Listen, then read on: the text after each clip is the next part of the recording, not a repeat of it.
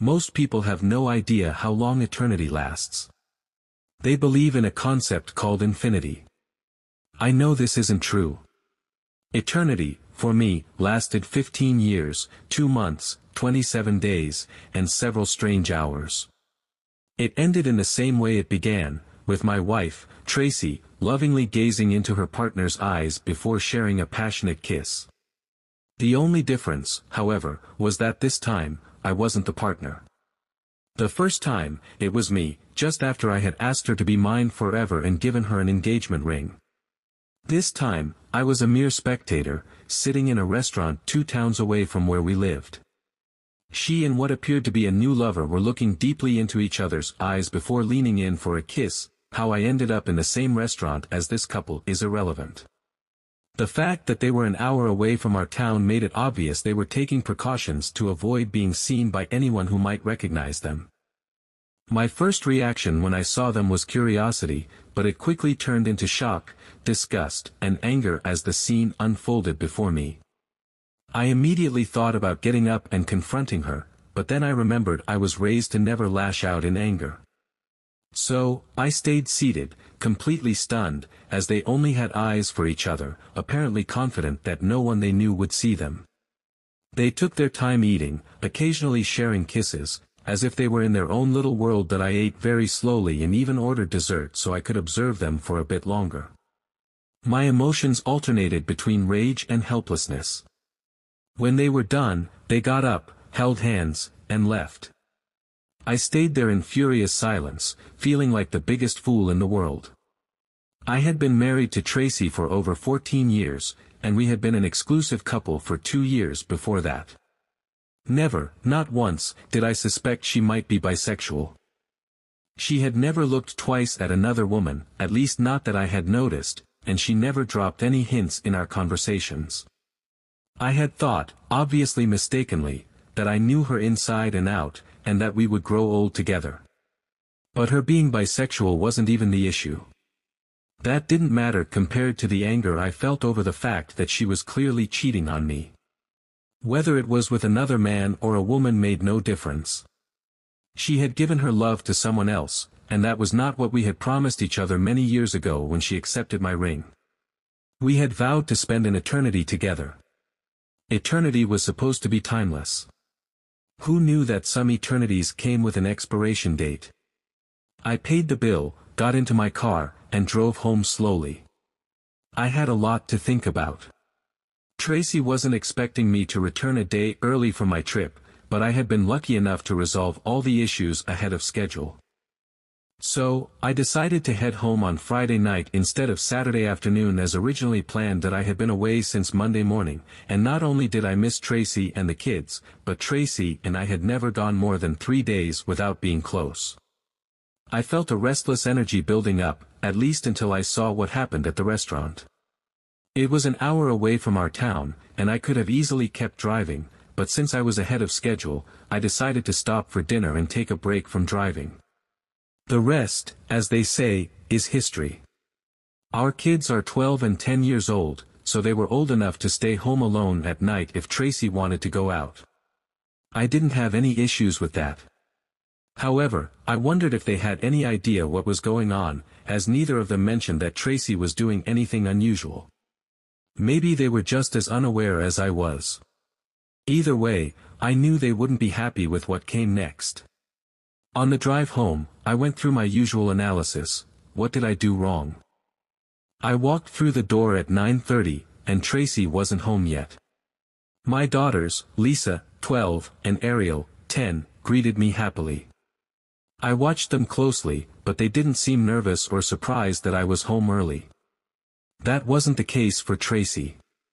When she came in a couple of hours later, she must have seen my car in the garage and took a moment to gather herself, as I noticed it was about 2 minutes from when the garage door opened to when she appeared in the kitchen. She didn't look as cheerful as she usually did. "What are you doing here today? I thought the trip wasn't supposed to end until Saturday," she asked, her face showing a slight hint of concern. "Well, if I had known you'd be home early, I would have cooked you a nice dinner," she continued, her voice calm but with a slight tension. I noticed the faint twitch of a vein on her forehead. I ordered pizza for the kids. Kate and I just had some wine and sandwiches downtown. You remember Kate from my office? I've told you about her before, she said. She didn't meet my eyes when she said this. Oh yes, you've mentioned her before. Blonde, right? I remember you saying lots of guys fall for her, I replied. Tracy laughed a little. That's true. She's the kind of woman who could walk into a room and have a football team wrapped around her finger. Her tone was casual, but something felt off. Kate was indeed attractive, about 26 years old, and had started working at the insurance company where Tracy worked last year. The two had become fast friends. Tracy, at 39, could still turn heads herself. She was blonde, with a stunning figure, and had only gained about 10 pounds since we met. Until recently, I thought she was entirely mine. Despite the concerned look on her face, Tracy remained calm. As for me, I could barely stand to stay composed. I simply told her I was tired and heading to bed. She gave me a quick kiss on the lips as I walked past her and climbed the stairs. I went to bed, but I didn't sleep. The kids had gone to bed before me, so when I heard a quiet conversation a few minutes later, I realized Tracy was talking to Kate on the phone. It was a short conversation, and a few minutes after that, I heard Tracy getting into the shower in our master bathroom. Either I had startled her enough to make her careless, or she thought I wasn't paying attention and wouldn't notice. My heart sank even further. Between taking care of the kids and handling household tasks, I didn't have to interact much with Tracy for the rest of the weekend. She suggested having a family dinner on Saturday night, but I told her I wasn't in the mood and simply walked out of the room, effectively ending the conversation. She must have known something was wrong because I'm rarely short with her. On Monday morning at work, I asked my boss for the day off, citing personal issues. He had gone through a divorce about 10 years ago and remarried 5 years later, so he likely had some idea that something was wrong in the Mason family. Considering how successful my sales trip had been the previous week, he didn't even blink when I asked for time off. But as I was leaving his office, he handed me a business card. It was for his divorce attorney. I'm really sorry, Ron. I always thought you and Tracy were a great couple and would grow old together, he said. Yeah, I thought so too, I replied with a bitter smile. I met with the attorney 2 days later. She was professional, but also very empathetic, clearly experienced in guiding people through situations like mine. She was surprised when I told her I didn't want to hire a private investigator to gather concrete evidence of Tracy's infidelity. I've seen enough with my own eyes, I told the attorney. Besides, in a no-fault state, it doesn't seem to matter much. The only potential issue, I mentioned, could be if Tracy became difficult about custody arrangements for our daughters. But I was fairly confident that wouldn't happen. Despite trying to maintain a normal household for the sake of the girls, I found it increasingly difficult to be around Tracy. I gave her every opportunity to talk to me about what was going on, but she never took them. The situation finally escalated when Tracy was served with divorce papers at work the following week. Call it petty if you want, but I wanted Tracy to feel at least a fraction of the pain I had felt. I assumed she was served at around 11:30 a.m., because by 11:35, my phone started ringing incessantly. I ignored all 15 of her calls and then several more from unknown numbers, assuming she was borrowing phones from coworkers to try to reach me. Surprisingly, for the first time since discovering her with Kate, I felt energized. I was having a very good day. When I arrived at 5:30, Tracy wasted no time announcing her presence. Oh, you're such a coward. You didn't even have the guts to face me, but instead, I got served the papers in front of my friends and colleagues. Tracy yelled as soon as I turned off the engine of my car. I didn't say a word until I entered the house and put down my things. The girls were in the living room, judging by the sounds coming from the big screen TV. Once I was sure they wouldn't overhear, I calmly replied, I was tempted to have you served next to your lover so she could comfort you. All the anger disappeared from her face, replaced by tears. You know about Kate? But how? We were so careful, she stammered. Apparently, not careful enough, I replied. Just tell me two things. How long has this been going on, and when were you planning to tell me? 6 months, she whispered. We were going to tell you soon, very soon. In less than 30 seconds, her defiance turned into something resembling guilt. She staggered to the kitchen table and sat down. I went to the liquor cabinet above the refrigerator, took out a bottle of Buffalo Trace bourbon, poured myself a double, and sat in the chair across from her. If looks could kill, Tracy would have been gone in the first 2 seconds. I stared at her, while she couldn't lift her gaze from the table. How could I not know you were bisexual after all this time? I asked softly. Because I didn't even know myself until recently, she replied. It's something I discovered little by little. I swear, this wasn't planned, it just happened. Finally, she looked at me and held my gaze. This shouldn't change anything between us. I still love you just as much as I always have. There's just another side of me I need to explore. If you love me as much as you say you do, you'll support me and give me more time to figure this out, Tracy said. It was my turn to speak. I was stunned. Are you telling me 6 months weren't enough time for you to explore? I asked bitterly. Vows don't come with exceptions, and fidelity doesn't depend on gender. But what if it doesn't work out, she murmured. Then I'll have neither her nor you. Maybe you should have thought of that before your first trip, I said coldly. Why should I settle for being your backup plan? Because you love me, she said. Remember, true love can forgive a mistake. Mistake? I snapped.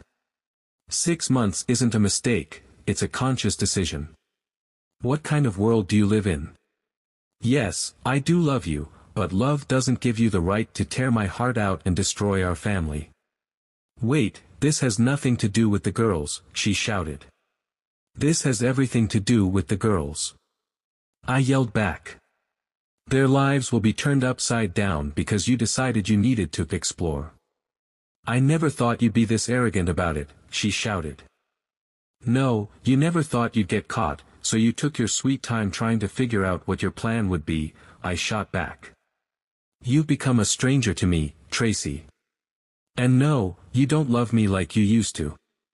I've seen the way you look at her, you love her the same way you used to love me, body and soul. It's painfully obvious. You might still love me, but it's clear to me that I've fallen to second place. You may love me like you would a pet, but you don't love me as a man anymore. However, you're very much in love with her, I said. That's not true, Ronnie. Please stop, Tracy pleaded. I'm not a fool. I know what I saw. I know you better than anyone else alive. I know exactly what I was looking at, I replied. She had the decency to look guilty, and then realization dawned on her face. You've seen us together. Oh my God. But Ronnie, this doesn't have to be the end for us, she said quickly. It's not like there's another man involved. This is completely different. No, it's not completely different. You love someone else instead of me, that's the point. And maybe it would have been different if it had been another man. At least then, I could punch your lover in the face, I said. Can we at least be civil, she asked sincerely. I don't know, I said softly. She might be a young and beautiful woman, but she's still your lover, and she took you away from me. The ugly facts don't change just because you fell in love with a woman. A few months later, I discovered that the kids didn't know anything about Tracy's affair. They thought Aunt Kate was just a close friend of their mom. They had seen quick kisses and occasional gentle touches but didn't think anything of it because Aunt Kate wasn't a man. I found this out one night when the kids and I went out for dinner, and they mentioned that Kate had been spending more time at the house since I moved out. Since we live in a no-fault divorce state, our finances were split evenly. I had to pay child support, and Tracy stayed in the house until the kids went to college. I moved into an apartment about 15 minutes from our old home. I was completely shattered. Tracy and I kept in contact through the kids. They were involved in all kinds of activities, both in and out of school, and we tried to show them as much support as possible. For reasons I couldn't understand, Tracy struggled with the divorce, and the process dragged on for a year before it was finalized.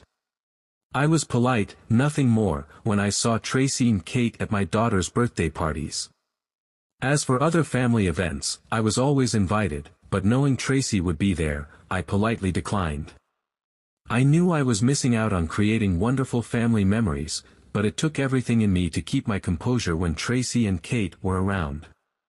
Instead, I made a point of celebrating birthdays and Christmas with the kids on my own, giving them their gifts during our solo time together. As expected, each of us kept the friends we had before our marriage. Almost all the friends we made as a couple stayed with Tracy. One of the husbands explained it to me once. Many of them felt uncomfortable around me because I had lost my wife to a woman. The consensus seemed to be that, somehow, I deserved it. Several of our married friends almost outright said it.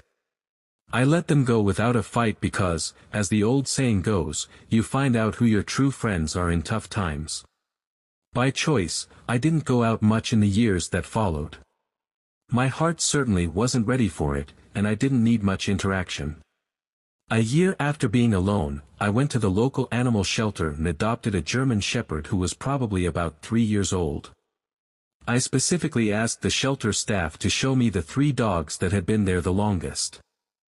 The one I chose had been there since he was a playful puppy but, after being rejected repeatedly, had become a quiet and reclusive animal with the saddest pair of eyes I had ever seen. I felt we were soulmates because we had both been rejected. The dog's name was Bob. Not a cute animal name or something inspired by a Disney character, just Bob. Bob and I understood each other. The first thing he did when I brought him to my apartment, after sniffing around a bit, was hop onto the couch and curl up next to me. He got along well with the kids when they visited on weekends, but I think Bob preferred it when it was just the 2 of us. He loved going for walks with me, and we could talk about almost anything. Admittedly, Bob was mostly silent during these conversations, but I could tell by the expression on his face and the tilt of his ears that he was listening intently to everything I said. A few years later, my oldest daughter, Lisa, met a guy from Boston in college and got married. Since I was doing well in my engineering career, I was able to give her the wedding of her dreams. I couldn't have been prouder of her as I walked her down the aisle. But after the ceremony, she playfully scolded me for botching my one line that I had realized this during the rehearsal, but under the pressure of the real thing, my voice cracked. When I regained my composure, I responded to the officiant's question of, "Who gives this woman?" with, "I do," instead of the proper line, "Her mother and I." Hey, I almost choked up, so sue me, I joked. When I returned to my seat in the front row next to Tracy, she leaned over and whispered, "That was awful, and you know it." Kate, sitting next to Tracy, leaned forward with an actual look of disdain on her face. I have to admit, it was a pretty good disdainful look. I mouthed silently back, impressive, glancing around to see if anyone else was watching us. Weddings always bring back memories, and at first, I fondly remembered my own wedding day. That memory lasted about 30 seconds before my mind drifted to the moment I discovered Tracy and Kate together at the restaurant. When I snapped out of my thoughts, I noticed Tracy was looking at me with a sad expression. She blushed and quickly looked away. I guess I wasn't the only one walking through the land of memories. Even though I tried not to notice, I could see that Tracy and Kate seemed to be enjoying themselves with Lisa, her new husband Jerry, and almost everyone else. That's when I realized I was one of the few single people over 50 in the room. I felt sorry for myself, so I went to the open bar and ordered an 18-year-old Irish whiskey. I took my drink, sat down at my table, and patted myself on the back for having organized such a wonderful event. 3 years later, I was preparing to play the role of father of the bride again when my younger daughter, Ariel, walked down the aisle with her fiancé, Walker. I decided not to go through this occasion alone, so I knew it was time to get out of my comfort zone and make an effort to meet people. 3 weeks later, I was returning home from a 3-day trip out of state and stopped at a small bar restaurant about an hour from my apartment. Normally, I avoid these types of bars because I hate country music, but they were advertising pulled pork barbecue, so I had to stop. The food was excellent, and the crowd was lively. Around 8 p.m., the DJ started playing music, and I glanced around to see if there was anyone worth striking up a conversation with.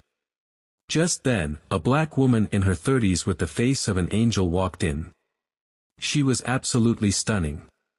I couldn't help but wonder what a young, single woman like her was doing in a bar at that time. Then again, an older, lonely white guy like me was there too. She seemed too young for me, but I signaled to the bartender to put her drink on my tab. The bartender told her it was paid for and pointed in my direction. She walked over to my table to thank me. I invited her to sit down, and to my surprise, she did. She introduced herself as Jade. We were having a pleasant evening when she surprised me by asking if I wanted to go to her place. That I was taken aback, but hey, you don't turn down an invitation like that from a beautiful woman. We were almost at the door when a man in a cowboy hat approached Jade and kissed her gently on the cheek. I stopped abruptly. "It's okay, Ron," she said. "This is my husband, Freddie. He's just going to watch." "Do you mind?" she asked. Freddie smiled at me with a gleaming white grin. "Don't worry, friend. We're both involved in this," he said with a chuckle that I stared at them both, stunned. "Is there something wrong with me?" I asked them. This generation is so messed up. I raised my hands to stop them and left, heading straight to my car.my next attempt to find a woman was through my church. Carrie and I got along well and went on a few dates. She was a 50-year-old divorcee with long black hair, long legs, and a great smile. I started feeling good about the relationship. On our 4th date, we went back to my apartment and ended up in bed. Everything seemed to be going well until she suddenly screamed, "Jim." The name of her ex-husband. That I stopped immediately. She looked at me with genuine anger on her face. "Why did you stop?" she yelled. "Because I'm not your damn ex-husband," I replied. I drove her home in silence. Needless to say, there was no 5th date. For my next dating adventure, I invited a coworker out for an evening of dinner and dancing. Allison Webb was a 42-year-old divorcee who had been separated from her husband for almost 5 years. She was a lively blonde, and we had been friends at work for about 10 years. By this point, she had already heard my sad story, and I had hers. We had a great night out, which turned into several great nights. We genuinely enjoyed each other's company, even before spending our first night together.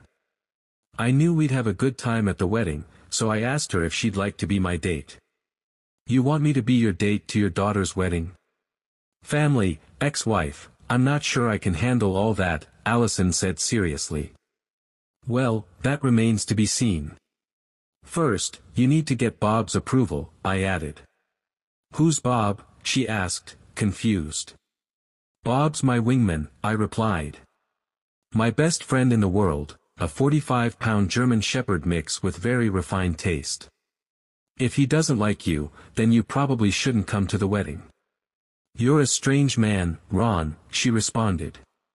The following week, Allison passed Bob's test and agreed to be my date for the wedding.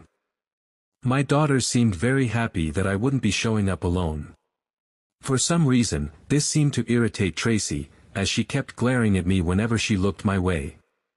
Since I rarely spoke to her, I didn't care what she thought.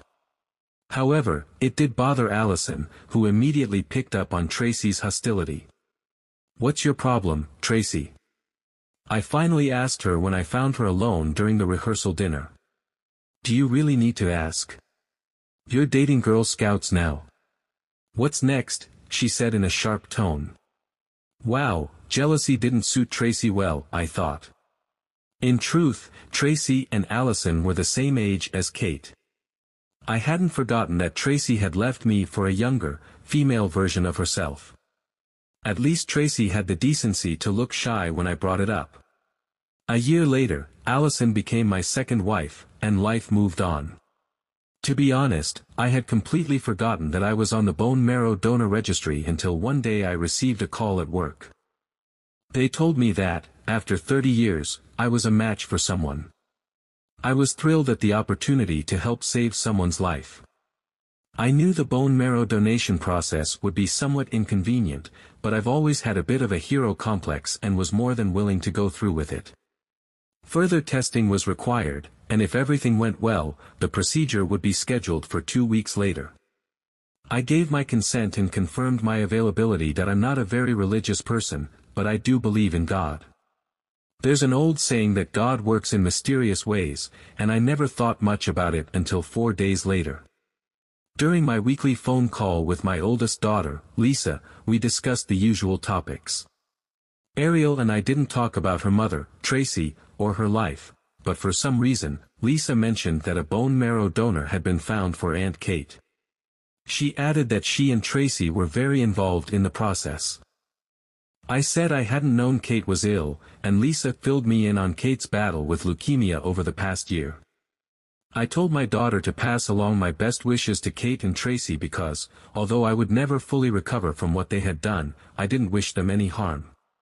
You know, Dad, you're an adult. You could call them yourself and say that, Lisa suggested. You're right, sweetheart, but the less I talk to them, the less likely I am to say something unpleasant that I might or might not regret later, I replied honestly. Dad, you've been divorced for 16 years. It's time to get over it, she said. You've been married to Allison for almost 2 years now, and you always tell me you're happy. I am happy, sweetheart, but the pain of your mother's betrayal will never completely go away.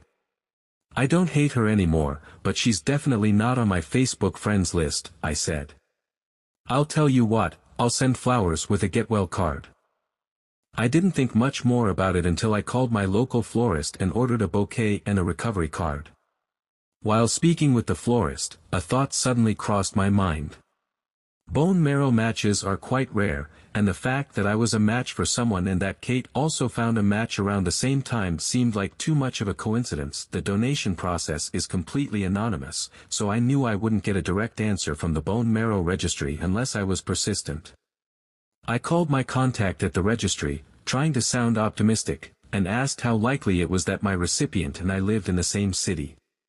She hesitated and then asked how I knew who the match was. I bent the truth a little.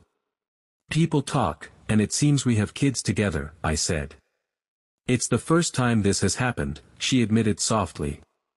She stole my wife, and neither of them ever apologized. All I hear from them is, hey, kiss my backside, and now I'm supposed to save her life.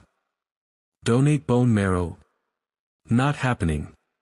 2 days later, I called the registry back and told the receptionist I was refusing to proceed with the donation.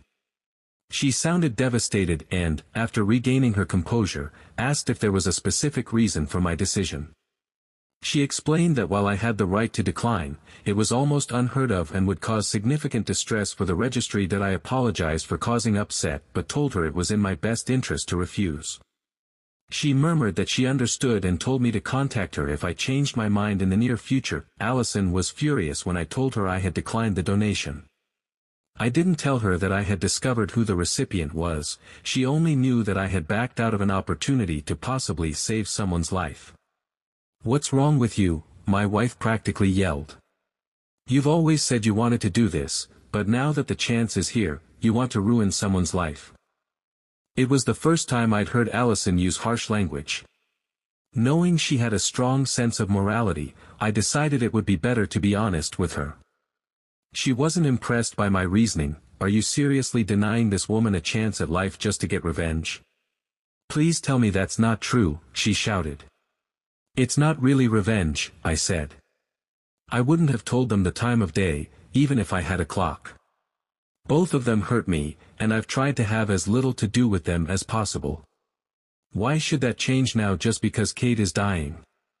I'm the wronged party here. So neither of them knows it's you? Allison asked. Everything is done anonymously. I only figured it out by chance, I replied. Ronnie, you can't refuse this. You have this woman's life in your hands. It would be wrong if you could have helped and didn't, Allison said softly. You're too good a person to do that. You know that sooner or later, guilt will eat away at you. No, I don't think I'll feel guilty. Kate broke my heart, and Tracy went along with it. Besides, they'll never know it's me, I said. But Ronnie, they had so much hope, and now you've probably crushed it completely, Allison replied. Allison and I argued for a few more days. It felt like we were drifting further apart as a couple. We had never been at odds like this before. Where's your Christian charity, Ronnie? She asked at one point. So, if a beggar comes to me asking for money to buy bullets to shoot me, I should blindly reach into my pocket? I countered. Now you're being ridiculous, she yelled. They tore my heart out and turned my world upside down, I said. So now I'm just supposed to shrug it off and help them. It's been 17 years, Ronnie. Tracy has been married to Kate longer than she was married to you. Let it go. They made a choice, she replied quietly. And they can live, or not, with that choice, I said as I walked out of the room. A few days later, on a Saturday afternoon, I told Allison I was going to the shooting range to blow off some steam. Make sure you're back well before dinner. The girls are coming over, and I don't want you smelling like gunpowder, so shower before we eat, she said. At the range, I emptied 500 rounds from my 9mm. I can't explain why, but shooting always relaxes me. I think it's because you have to focus so much on what you're doing, and once you stop, your body naturally relaxes. At least, that's my theory, and I'm sticking to it. I definitely smelled like gunpowder when I got home, so I went straight to the shower. On my way, I glanced at the dining table, which was set for 6. From the smell, I could tell Allison was cooking a roast. She's a fantastic cook, and I hoped she was making those little roasted potatoes instead of mashed ones. After my shower, I poured myself a glass of rye whiskey and brought Allison a glass of wine. She seemed a little nervous, which I assumed was because she wanted everything to be perfect for the girls and their husbands. I kissed her on the lips and then sat in the living room, reading on my computer. The door opened, and the girls walked in, not with their husbands, but with Tracy and a disheveled Kate. I wasn't happy to see either of them and shot Allison a glare as I stood up to greet everyone. I kissed my daughters but said nothing to my ex or Kate. I noticed they greeted Allison with what could only be described as exaggerated enthusiasm. There seemed to be a lot of whispering going on, and not being born yesterday, I immediately realized Allison had orchestrated this little intervention. I was more inclined to think of it as an ambush since, apparently, I was the only one unaware of this gathering. I considered grabbing my phone and walking out, but then I decided it was time to speak my mind. First, however, I had to endure the pretense that this was just a nice meal with family and friends. Kate's illness was the main topic of conversation at the table, though I didn't participate, sitting there with what I assumed was a thoughtful expression on my face that I supposed the dinner and dessert were good, though I could barely taste them. Being the good host that I am, I made sure everyone had their after-dinner drinks, and we moved to the living room. When a moment of silence fell, I decided it was the perfect time to start. So, who's going to speak first? I began. The woman who betrayed my trust to organize this gathering. The woman who broke my heart all those years ago but now thinks I owe her a favor. Or maybe the woman who stole a wife from her unsuspecting husband and now, in the cruelest twist of events, needs that man's help to save her life. As I made my declaration, I looked from one face to another. None of the women could hold my gaze. Allison looked particularly emotional when I mentioned her. My eldest daughter, Lisa, was the one who finally broke the silence. Since I hadn't mentioned either of my daughters, they might have assumed I was giving them some leeway. Look, Dad, we all understand that you're still upset with Mom and Aunt Kate, but refusing to donate bone marrow is petty, childish, and beneath you, she said. You won't solve your grievances by refusing to help someone live. That's just ridiculous. We're talking about saving a life here, not throwing a pie in someone's face for revenge. I took a sip of rye whiskey, cleared my throat, and shook my head slightly. Has anyone here even tried to see this from my point of view? I asked. For a moment, I trembled with anger. Every action in life has consequences. Now, I know Tracy and Kate never expected those consequences to be this severe, but that's their problem, not mine. Who would have thought I'd one day have a real opportunity to make a difference in the life of someone who hurt me? All of you think this is about revenge. Maybe it is, maybe it isn't. But let me ask you, how much self-respect would I have left if I helped the person who took my wife away from me survive? And has it even occurred to any of you that you expect me to be more forgiving toward Kate because she's a woman? If her name were Carl and she weighed 200 pounds, most of you would probably think I was justified in what I'm doing. But I don't care that Kate is a woman, she's a homewrecker. She knew what she was doing was wrong. Kate stared at the carpet as if she could burn a hole in it with her eyes. Sitting beside her, Tracy leaned over and squeezed Kate's hand. This isn't revenge, it's hatred. I hate her. And while I don't wish her any harm, I have no intention of helping her in any situation. In case you haven't noticed, I've barely spoken to her in the 17 years she's been with Tracy, I said. Tracy, holding back tears, asked, do you really hate me so much that you would deny another person their chance to live? If you ever loved me as much as you say, wouldn't you consider this a noble thing to do? It's a matter of honor. That's rich, coming from you, I spat. I did love you as much as I said I did, but hatred is just a step away from love, especially love that's been scorned. You have no right to lecture me about honor. My voice rose, and I fought the urge to tell everyone in the room, including Allison, to leave me alone. I took a couple of deep breaths. Allison, apparently deciding I wasn't angry enough yet, spoke softly, Ronnie, you're a good person. You always do the right thing. You know that refusing this is wrong. You'll never be able to live with yourself if you walk away, she said. Come on, Dad, Lisa interrupted. You taught me and Ariel to always do the right thing, even when it's hard or seems unfair. That's right, baby, Tracy said. This isn't about me, it's about Kate. I won't have any regrets. I won't lose a minute of sleep. But please, please, I'm begging you. I know I hurt you deeply, but I don't want to die. The doctors say my chances are slim unless you donate your bone marrow. Her eyes were filled with torment. Asking me to save her life must have been the hardest thing she'd ever done. I looked deeply into those tormented eyes. I didn't feel any satisfaction in confirming my decision, but I confirmed it nonetheless. No, that's all I said. I didn't say, I'm sorry, because, frankly, I wasn't. I wouldn't do anything in my power to help this woman. Kate took my response better than Tracy, who broke into tears. Allison approached the pair to calm them down, and I heard her whisper, I'll try to talk to him. Allison was so caught up in the moment that she didn't realize she had put our marriage in jeopardy.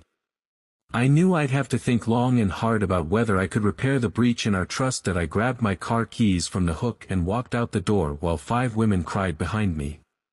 I didn't return for 3 days, nor did I answer any of the dozens of calls from Allison or the kids. When I got home, the house was dark. A quick look around told me Allison had gone to stay elsewhere for the time being. A suitcase and some of her clothes were missing, but almost everything else was intact. I packed my own suitcase, taking most of my clothes and belongings, and left my wedding ring in the middle of the kitchen table. 3 days later at work, I received a call from someone who didn't give their name to our secretary. I assumed Allison had forced them to make me answer, and I was right. Seriously? Are you telling me it's over between us because I tried to stop you from being the worst version of yourself? I can't believe I married a man who let someone die out of revenge, she said. Well, I can't believe I married a woman who violated my trust so completely. But you know what? We can both fix this, I replied. And if anyone's taking revenge, it's not me, it's God. Remember the old biblical saying, "Vengeance is mine, saith the Lord." What better revenge than to grant possible salvation to the person who suffers most? Kate passed away 2 months after the divorce was finalized. I read her obituary in our local newspaper. I hadn't followed her case, and no one had kept me informed. In fact, neither of my daughters spoke to me after the intervention.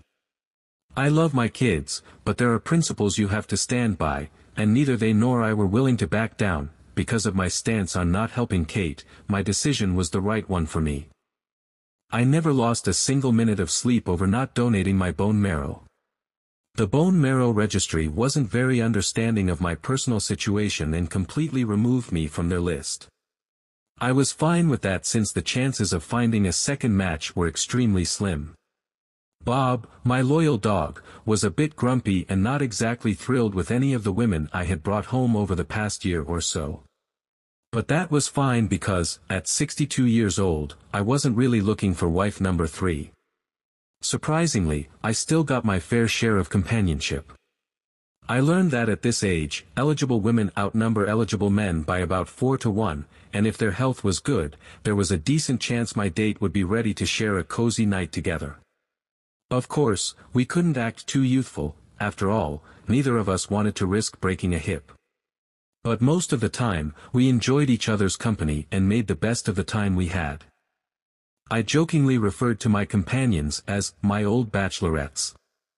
I hadn't spoken to anyone in my family for over 4 years when my youngest daughter, Ariel, called to tell me that Tracy had passed away a few days ago. She thought I should know and invited me to the funeral. We had 15 good years together and 2 kids, so I figured I should at least show up. Maybe it would even help mend my relationship with my daughters. I sat alone in the back during the service. It was a nice ceremony. Afterward, I approached my daughters and their families. I received hesitant hugs from the girls, firm handshakes from their husbands, and shy greetings from my 3 grandchildren. We went to a nearby restaurant to talk. About 3 minutes in, the first jab came from Lisa. "So, tell me again why you let Aunt Kate die," she asked out of nowhere. "I see nothing's changed," I replied. "For years, we've gone in circles about this. She was a homewrecker, plain and simple.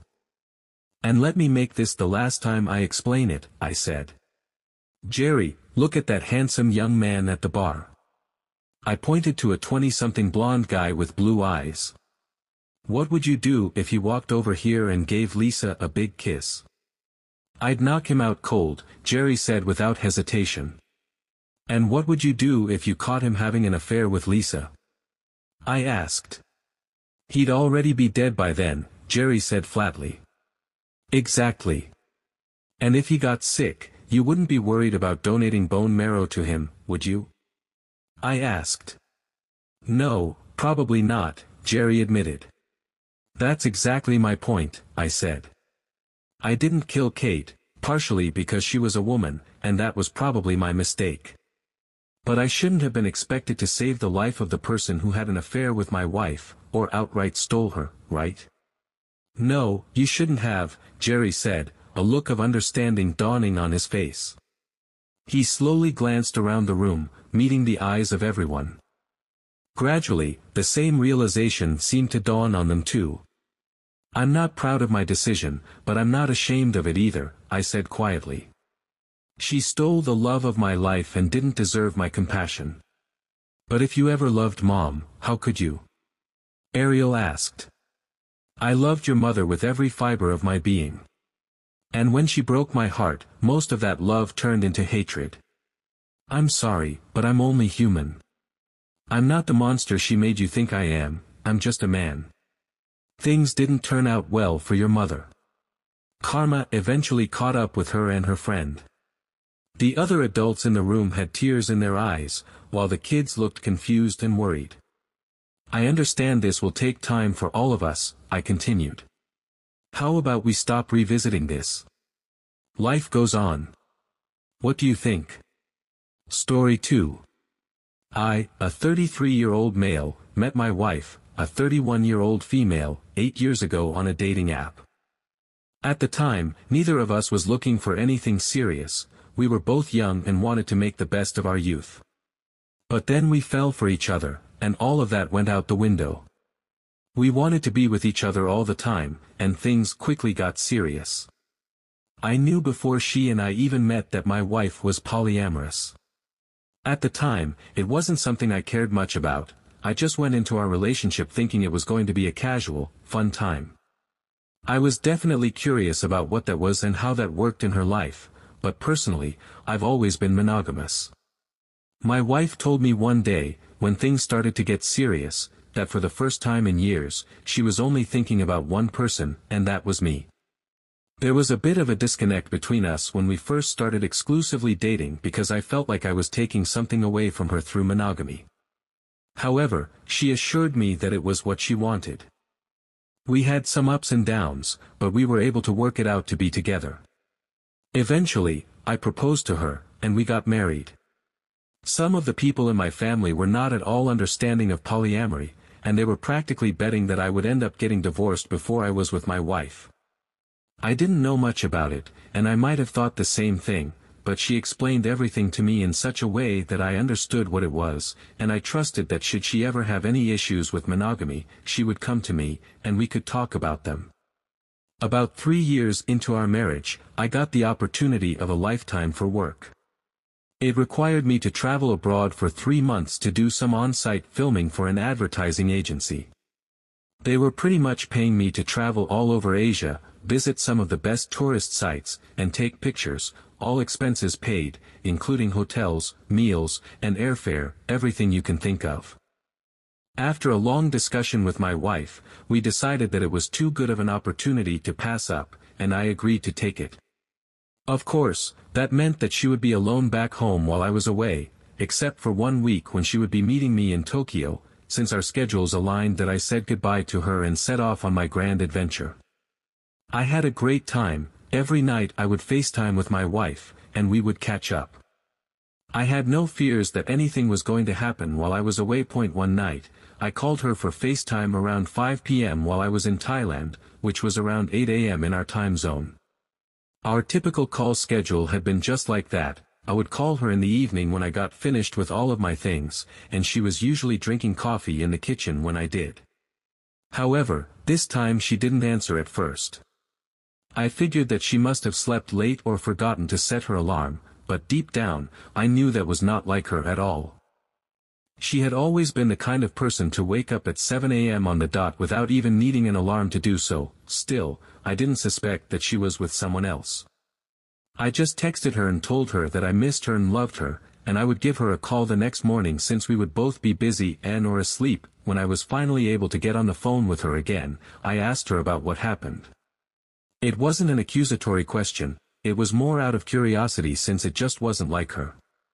She got defensive with her answer and made it sound like I was insinuating something when I wasn't by any means. I ended the call before an argument started. That was the last thing I wanted while I was trying to enjoy myself.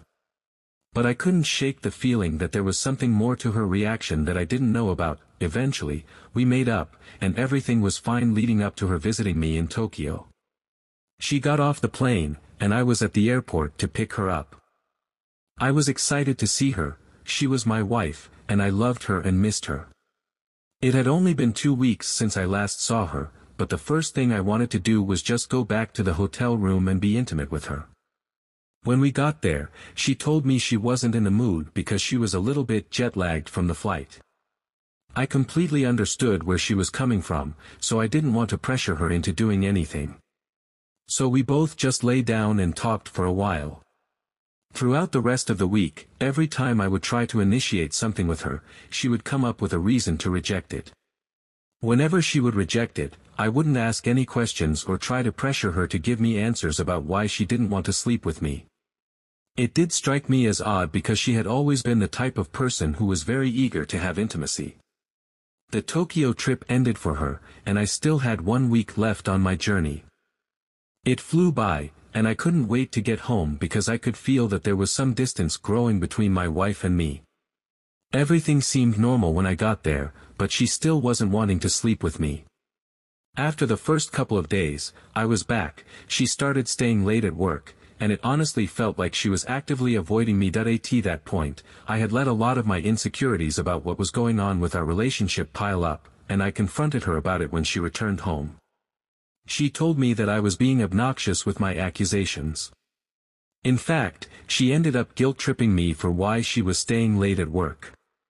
She told me it was because she had to take time off work to visit me in Tokyo, as I pressured her to do.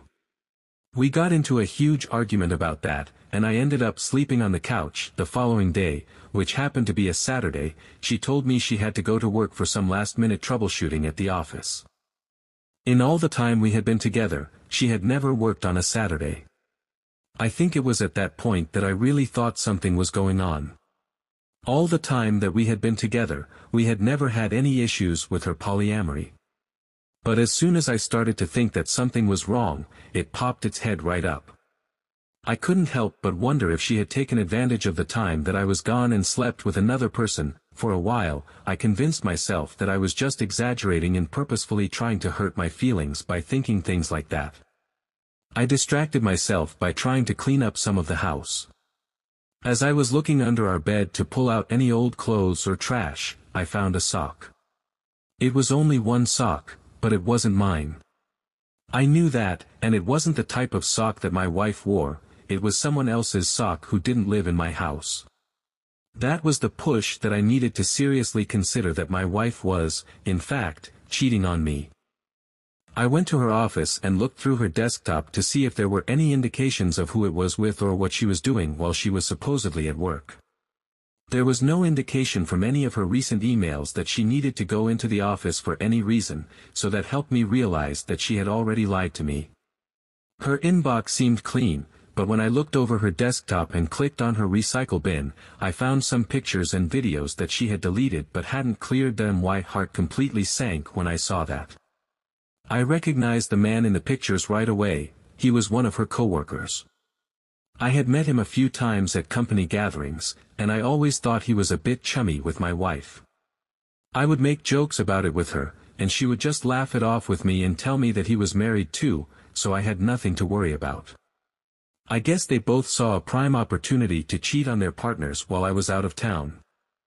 I emailed myself the evidence and immediately began looking for a divorce attorney. Right away, I started thinking of a way to get back at both of them for their betrayal. Knowing that my wife was cheating on me with one thing, but the fact that she was cheating on me with a married man and ruining two relationships knowingly was like a slap in the face. I looked her coworker up on social media and found his wife pretty easily. I sent her a message asking if we could set up a time to speak face to face since I had some news to share about her husband. She probably assumed the worst right away, but she agreed to meet me at a cafe.